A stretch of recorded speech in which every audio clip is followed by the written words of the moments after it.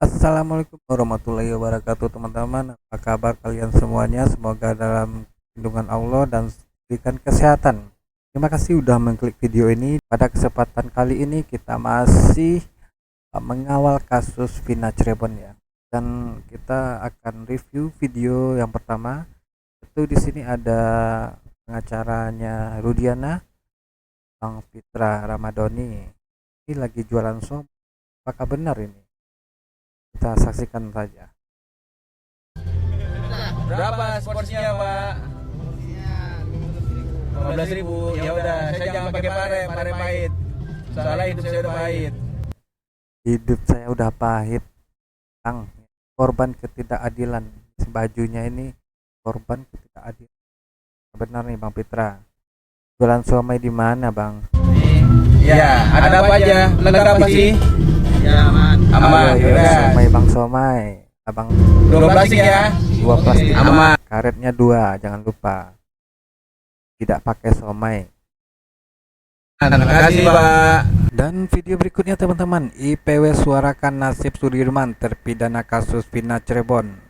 Peran pengacaranya terkuak dengan teman-teman. tindakan oknum polisi dan pengacara Sudirman yang sengaja memanfaatkan Sudirman demi memuluskan rekayasa kasus tewasnya Vina. Saudara Sudirman dijadikan seperti saksi mahkota oleh kepolisian untuk menjerat 7 terpidana lain. Padahal 7 terpidana lain membantah. Nah, Sudirman dalam hal ini adalah korban dari tindakan tidak profesional, tindakan melanggar hukum dari penyidik kepolisian dan juga termasuk diduga Ibtu Rudiana, ayah korban Eki ya. Dia adalah korban yang harus dilindungi. Walaupun kemudian Sudirman mengakui bahwa dia melakukan tindak pidana, sebetulnya ini adalah pengakuan yang palsu ya. Pengakuan yang didapatkan karena tekanan fisik, dianiaya. Apalagi dia dalam kondisi yang secara mental tidak sekuat 7 terpidana lain. Sudirman dieksploitasi oleh diduga oknum polisi. Waduh, ini Sudirman diduga dieksploitasi oleh oknum polisi. Untuk membuat rekayasa kasus. Oh ini, di Sudirman ini dieksploitasi oleh oknum polisi. Padahal kasus ini bukan kasus. Sudirman kemudian juga mendapatkan penganiayaan. Mungkin juga dia mendapatkan janji-janji, ya. Tetapi yang pasti penganiayaan dialami. Penganiayaan juga dialami oleh Sudirman dan itu ditekan dan dieksploitasi untuk merekayasa kasus ini ya teman-teman. Karena apakah Sudirman ini orangnya mau nurut-nurut aja apa gimana? Yang kemudian juga membuat sesat adalah peran advokat. Advokat yang ditunjuk oleh polisi untuk Sudirman advokat. bukannya membela hak Sudirman, Pengacara tetapi Sudirman malah ya. menjebloskan Sudirman untuk kepentingan rekayasa kasus oleh oknum penyidik berjalan mulus. Pengacara yang seperti ini harus dipecat dari organisasi profesi. Ya, setuju. Pengacara yang memanfaatkan Sudirman untuk merekayasa pengacara yang terlibat ya teman-teman untuk Manapun ya, merekayasa kasus ini. pengacara yang menjadi alat dari oknum penyidik guna memuluskan rekayasa kasus harus dipecat oleh organisasinya. Pengacara ini justru adalah pengacara abal-abal ya. Pengacara yang profesinya untuk tidak menegakkan keadilan tetapi memuluskan rekayasa kasus yang diajukan oleh oknum daripada polisi. Dalam BAP pasti disebut adanya nama pengacara tersebut, tetapi ini adalah diduga pengacara yang profesinya. Jadi harus ditindak oleh organisasi profesi. Ya teman-teman, harus ditindak pengacara yang memanfaatkan Sudirman untuk kepentingan penyidikan, untuk merekayasa kasus, harus ditindak. Kondisi Diduga sengaja sembunyikan penyidik. Terpidana kasus Vina Sudirman sulit ditemui keluarga. Tony RM cium ada yang aneh. si Sudirman di dalam lapas disinyalir mengalami goncangan psikis hebat lantaran adanya eksploitasi yang dilakukan oknum polisi dan kuasa hukumnya. Dugaan itu semakin kuat lantaran Sudirman diperlakukan berbeda dengan 6 terpidana lainnya. Oke teman-teman, kita beralih ke video berikutnya. Kita saksikan Pasti kalau Pak Kapolri mau hadir di persidangan ya, di Pengadilan Negeri Jakarta Selatan, wah itu ibaratnya luar biasa. Saya mungkin akan cium tangan Pak Kapolri itu ya, dengan bangga saya kalau Pak Kapolri bisa hadir di Pengadilan Negeri Jakarta Selatan, apalagi dia langsung nih memberi keterangan ya. Jangankan dia hadir ya, dia sekarang aja kalau seandainya Pak Kapolri ini dengan legowo ya, dengan sukarela mengatakan apa alasan dia tidak mau membuka atau tidak mau memerintahkan Kapolda untuk membuka CCTV dan handphone, itu luar biasa. Sudah bisa memberikan satu penilaian gugatan ini tidak akan dikabulkan. Pak Sugeng itu kan udah usianya di jauh dari saya kan. Biasanya bapak saya juga usianya udah ini juga. Kadang-kadang lupa juga dia. Pak kacamata dipakai, dia nanya kacamata kan. Jadi biasanya nih kalau kita masih fresh, kalau kita masih muda-muda ini masih fresh, jadi masih sangat hafal dengan undang-undang. Biasanya kalau sudah terlalu lama tidak berpraktek, itu bisa lupa, ya kan? Ya mungkin menurut saya kan faktor U juga mempengaruhi juga. Nah kalau dia katakan bahwa, apalagi dia dengan tegas mengatakan kan, ditolak kata dia. Nah, ini macam hakim aja dia, ya kan? Hakim aja belum tentu tuh kan. Sekarang dia Pak Sugeng tuh ngomong begini, kenapa Pak Kapolri tidak hadir katanya? Karena dia sudah yakin bahwa perkara ini tidak mungkin Ya, oke teman-teman, kita saksikan video berikutnya. Kemudian kalau dia dianiaya, dibunuh, diperkosa di kebun, ngapain harus dibawa lagi ke jalan layang? Ditinggal di situ saja sudah cukup. Iya. Atau diperkosa di satu tempat di gudang, ya udah ditinggalin di situ. Kenapa harus diangkut lagi? Oh, diangkut lagi. Jadi Iya. ini skenario-nya ini nggak canggih nih skenario. kurang ahli kelihatannya gitu. Ya. Ada 2 orang lain yang juga masuk di dalam perdebatan soal Aep dan Dede, dan kayaknya Aep dan Dede tak bisa dipisahkan dari Rudiana. Iya, iya.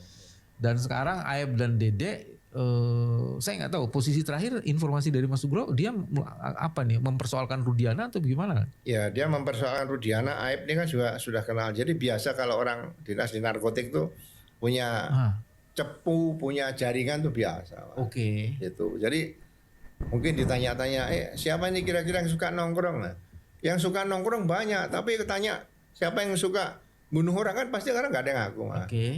Siapa yang suka makan tahu?